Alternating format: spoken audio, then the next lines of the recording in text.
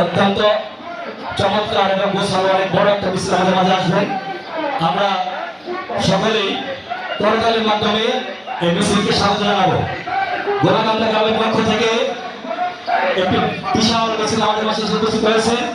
আমরা সকলেই করতালি দিয়ে তাদেরকে সাদরে গ্রহণ করব।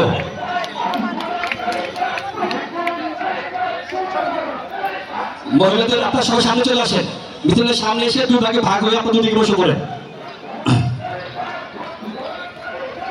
এখন কোরআন থেকে তেলাওয়াত করবেন জনাব আব্দুল কাদের।